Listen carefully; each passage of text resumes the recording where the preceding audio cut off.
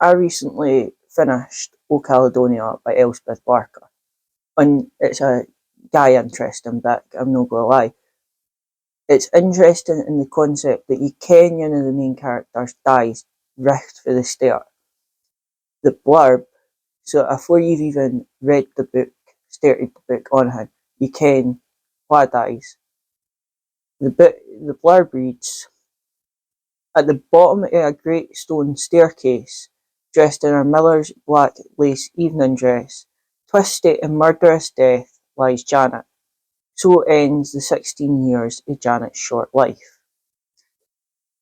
So for me, what actually drew me to the book was the cover. It was sitting on a table in Waterstones, and it was the bird in the sort of dollhouse-esque uh, landscape behind the bird that drew me to it. But the book follows the life of Janet, who, to the very start, with Ken dies, and it follows her life right from birth, right through to her death. Uh, it's classified as a noir, but it's also almost a coming age story. So I wanted to do almost a deep dive into the book. So I'm going to put it aside now. So obviously, book follows Janet. She's born during the war.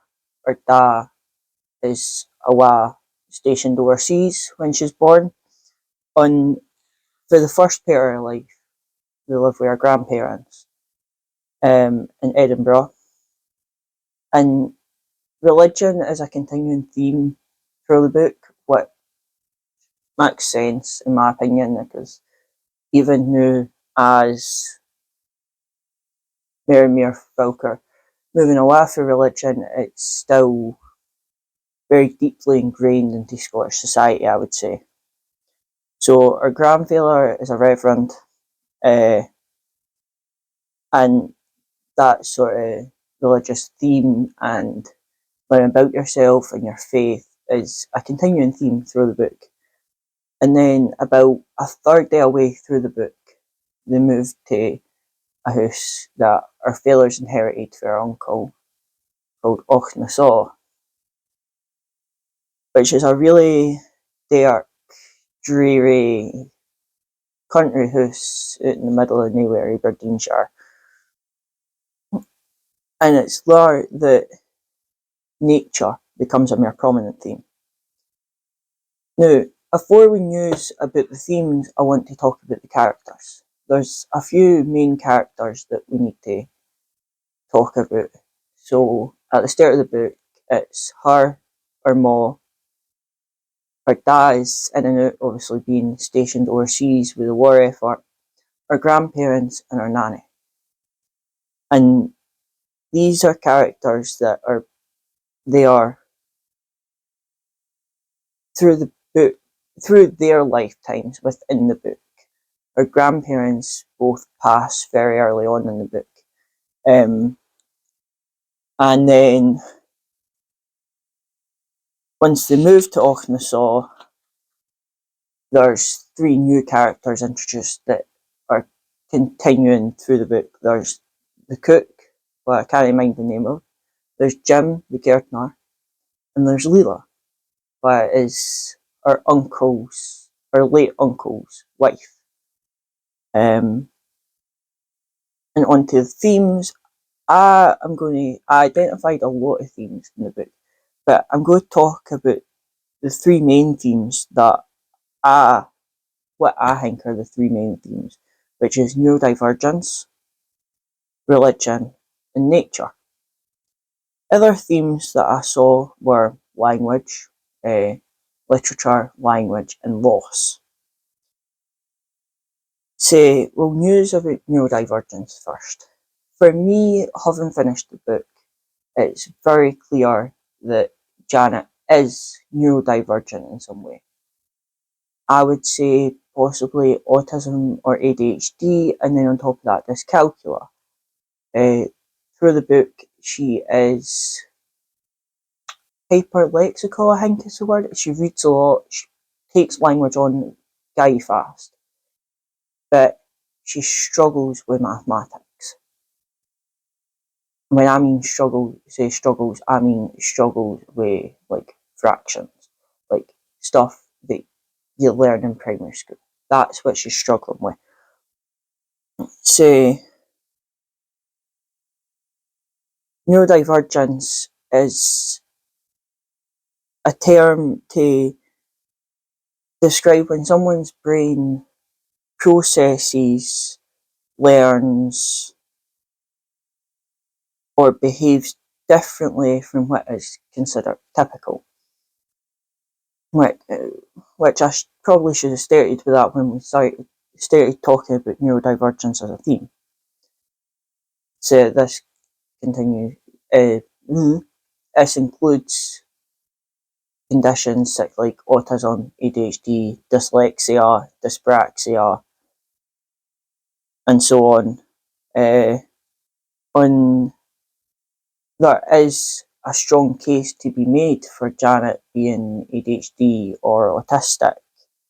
The first evidence I came across of this is on page 37, where it states she was bad, and she knew she was bad, and she could see no end to it.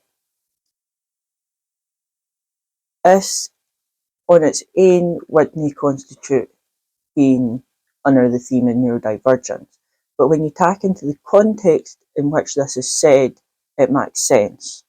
So the context of this is she had been asked to bring the bairn in from outside. And instead of just bringing the pram in, she tries to carry the bairn in, thinking that's what they meant, when really they meant bring the bairn in the pram in, but because the pram wasn't mentioned, she didn't try that. So that, for me, is a sign of literal thinking, which can be a symptom of autism. The next time neurodivergence is presented is in chapter 4, in my opinion. And this is where in chapter 4, Janet's connection to nature is a very driven point, which is the next theme that we'll go on to. But on page 61, it says, Janet hugged her being her pony. Janet hugged her tightly. There was comfort. Sorry, I've read that wrong. So this is talking about Janet's pony. And it says, Janet hugged her tightly. Here was comfort. Here was communion. It highlights not only Janet's difficulties in connecting with other folk in her own family, but also the fact that she finds solace in her animals. And then furthermore, on page 69, there's a package, what's this called? Which reads, At last she made her way up the back drive, through the looming trees to the great glowing windows of Ochnasaw. She walked slowly then, for she loved this moment. No matter how many times she did it, it always filled her with a strange and intense excitement. The traveller coming home through the cold and darkness. So the way that Janet's love of stories on her daydreaming habits are incorporated into the narration is very well done. I'll get that. But they also may hint at her neurodivergence, because maladaptive daydreaming, which this could be interpreted as, and I did interpret it as that, is very common in lassies with ADHD or autism. And it also highlights her disconnect from folk as she spends most of her time alone. And throughout the book, these differences for other folk and her siblings are highlighted a lot. Like on page 83, where it says, Frances and Rona went fishing. Janet sat on the rug reading Tennyson. They'd given up trying to make her go and build a dam or play tennis. Now this could be another indicator or autism within the story. But it's also important to mind that the book is set in the 50s and written in the 90s. So it's unlikely that if Janet is autistic, she would have been diagnosed in either of the time periods. She likely would have just been seen as strange or difficult in comparison to others around her, and that can be seen in who other characters in the books treat her.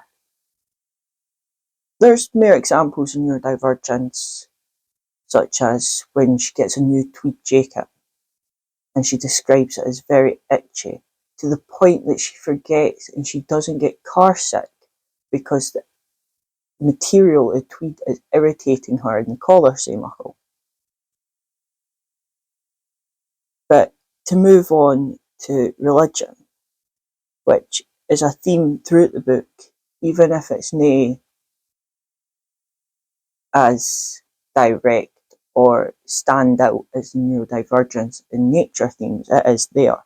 And Jack Deaton argues in his own analysis of Old Caledonia that Scotland's religious heritage, though never pushed, is an intermittent drumbeat through the book. And I like this idea in intermittent drumbeat, because in some ways it is, and it's a good way to think about it. It's not a constant thrumming through the book, but it shows up time and time again, just as you're beginning to forget about the theme of religion. It's there. And the first mention of God that I highlighted in the book is on page 19, which reads, Grandpa's God, like Nanny's, was all-seeing, all-powerful, but unlike Nanny's, he was protective and compassionate, not vengeful. This is one of the few direct references to Christianity and to God within the book. However, it highlights a contrast in the beliefs of our grandparents and those of our nanny, which is something you can see in the modern world. And this idea of an all-powerful, all-seeing God who can be protective and compassionate or cruel and vengeful is something we see still today in Christian discourse across the world.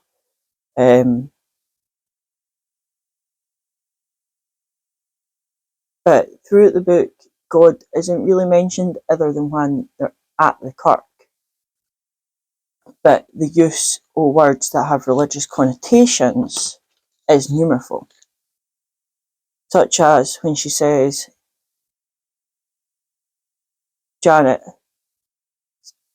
thoughts. I don't know, it's a second person narration, but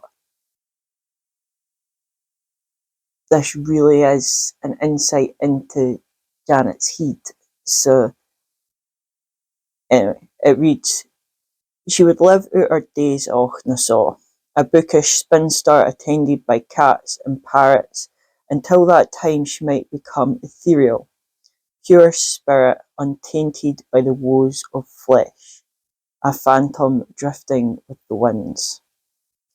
Now, not only does this use words with religious connotations out with the kirk, but it shows Janet's preoccupation with death and freedom that would come with death, which is almost foreshadowing considering what we ken happens to Janet at the end of the book, for the blurb and for the preface.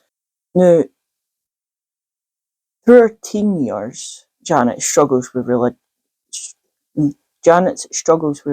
continue to grow. An example of this comes from page 119, where it states, many waters cannot quench love. That could be so. The sea, nevertheless, had taken them, and there had been no help for God. Now, the context of this is she's talking about a news story she's seen about these boys who steal a fishing boat they take it out to sea and they're swimming, but they haven't dropped the rope to get back on the boat, and they end up drowning. And this is where we start to see Janet kind of question which the religion she's grown up with, on question the Christian God, as she struggles with the idea that her grandfather's compassionate, all-powerful, all-seeing God could let these boys drown. And then about 20 pages later, on page 145, it becomes clear that Janet has lost her faith in the Christian God. And not only in God, but in people. She said, the lines state, "Only the trees in the night sky held their orderly beauty, or look upon the starry firmament." The context of this statement is obviously that she's losing her faith, but that she's not losing her faith due to the actions of God, but rather the actions of other folk and the inaction of God. Towards the middle end of the book, Janet decides to become a pagan, which has strong links mainly with her love of the classic languages and classic books that can be seen throughout the story, but also her connection to nature, which is very strong.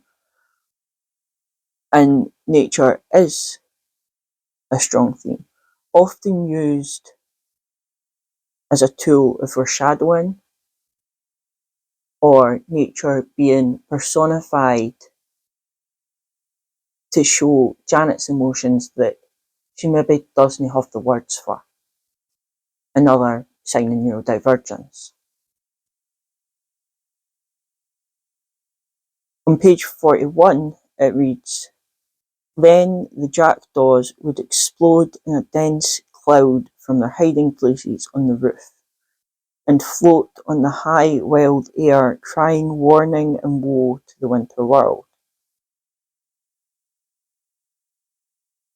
Now, this excerpt, the foreshadowing comes from outside knowledge. It's not written directly in the excerpt, but it comes from the fact that jackdaws are often seen as an omen of death. And nature is used to build certain strong images and setting of where we are and what the weather's like and how that feels to people. Some of the examples include the mist left cobwebs clinging, moist and delicate on the heather, and strands of wool flickered about the thistles. Now, this not only builds a strong image of what the weather's like and how the heather and thistles looks, but it builds that connection to Scotland and the setting within a greater context of the world by choosing two flowers that are very much associated with Scotland as a nation. The heather, we often talk about when talking about Scotland, the heather on the hills. And while it's no the area that the book is set, Harris is often referred to as the Heather Isle. Ilan Lewis, Ilan Bail and Ruig. Lewis, the friendly Heather Isle. And the thistle is our national flower. The choice of these two flowers to be mentioned directly within the passage connects where you are, reminds you you're in Scotland, but the idea of the cobwebs being moist and clinging, that lexical choice of clinging shows the difficulty of life in the winter. And that's a theme throughout as well. The idea that Janet's Miller Vera tries to domesticize Ochnasaw and tries to do that through plants, geraniums and orchards, all of which die. Life struggles here. On nature and literature are very intertwined in the story. On page 63, the nature is found in the literature. It reads, "The sound of the wind, the dawn wind, and the sound of the sea, eternally mournful, cruel, tender were in those pages, were in Janet's head and heart and blood. Now, then on page 65, 2 pages later, it says, it was a rigorous life, but for Janet it was softened by the landscape, by reading, and by animals who she found it possible to love without qualification. Now, this mainly relates to literature and nature and the impact they have on Janet's life, but it also ties into that theme in neurodivergence. It highlights our struggles on how our connection to nature and books and animals help us. I mentioned earlier personification being used to describe Janet's emotions at times when she can't. And on page 68, the trees are described as shivering, while the grass is parched with the cold. Now, trees don't shiver. They rustle with the wind, aye, but they don't shiver with the cold, and grass can't really get parched. But this describes the cold and the impact of the cold and how she's coping. She's shivering. She's parched with the cold, but she can't say that, most likely, in my opinion. So she projects these feelings onto the landscape. Furthermore, later in the book, the water is described as moving wearily, and the glen has been described as drained and exhausted. See, there again we have this personification of landscape, but the feelings are most likely Janet's own, and it's not actually reflecting the landscape. And towards the end of the book, Janet rescues a jackdaw, which is where the cover of the book comes in. Now, this jackdaw has a deformed beak, and she cries at Claus. Now, Claus becomes her constant companion when she's at Ochnasaw, and she converts her old dollhouse into a home for him. And he goes where? And she walks through the gardens. Now, this shows not only her connection to nature, but her love and caringness for nature. She takes this bird in. She can't think to leave this bird, this wee deformed bird, on his own to cope. So she tucks him in. Now, at the very end of the book, Janet is left home alone, while the rest of the family going on holiday. And it's while Janet is home alone that she ends up being murdered. She puts on her mother's evening dress and she puts on a record and she drinks some floral infused whiskey. And she decides, coming back to religion and her pagan religion, that she's going to perform a spell to make her one true love show up. So she does. And as she finishes the spell, Jim the gardener comes into the house. And he ends up murdering her. And the last lines of the book, I think, encompass all these themes: religion, nature, and our struggles with connection. The last paragraph of the book reads, "The wild winds of dawn beat about Ochnasaw, moaning through the tree tips and rattling the window panes. At last they retreated northwards, bearing with them Janet's spirit, far north of love or grief, until their withdrawing was no more than the sigh of the sea in a shell." Now, in my opinion, this is a very fitting ending. Janet was most comfortable in nature, and so it makes sense that her spirit is carried fae Ochnasaw in nature.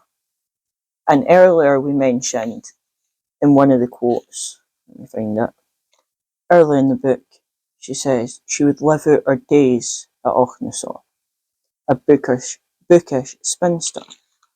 And now, while she wasn't a bookish spinster being only 16, I think the idea that Janet dies at Auchnasaw, when throughout the book she talks about her loyalty to Auchnasaw, when she has claws in Maxim the Dollhouse, she gives an address that is a toon house, would be typical of a toon house. And she says he can have it, but she can't. Her loyalty is to Auchnasaw. So to be carried away by the winds when her love of nature and her love of the old gods who were assigned elements, for her to be carried away by that is a very fitting ending in my opinion. And I highly recommend that if you haven't read it, you do go and read O Caledonia. It's, in my opinion, a modern Scottish classic. It's well done, it's well written, it's very interesting. And on top of the themes I've talked about today, it also shows snippets into Scottish culture and Scottish life and the ideas that people had in 1950s Scotland. Throughout the book, when folk are seen to be speaking Scots, because most of the dialogue in the book is English, but when folk are seen to be speaking Scots, it highlights the idea that it's only uneducated folk or working class folk that speak the Scots. Which, as we all ken, isn't true. There's many highly educated folk who speak Scots as their first language.